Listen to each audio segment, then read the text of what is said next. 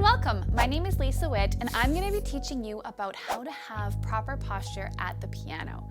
Proper posture is so important because you want to be able to have those long practices and performances without getting physically tired or sore in your body. And you also want to be able to play your piano, play your instrument very well. So proper posture is key. The first thing is you want to make sure you're not slouching. If you slouch, you're not going to be able to efficiently get across the keyboard and you're going to get sore.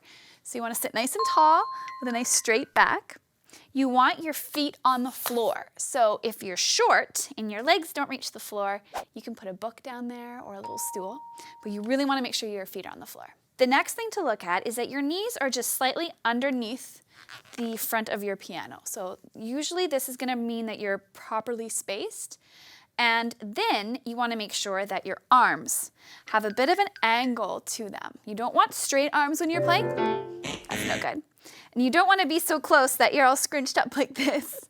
You want to have just a lovely little sort of angle here.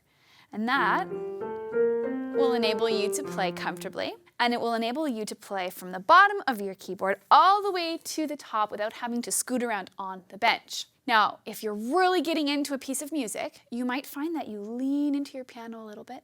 That's totally fine, because that helps you to be expressive in what you're playing.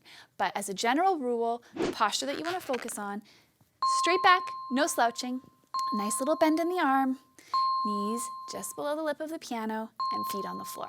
If you do those things, you'll be able to play for a long time and you'll be able to play comfortably. So enjoy practicing good posture on the piano, and we'll see you around. Bye.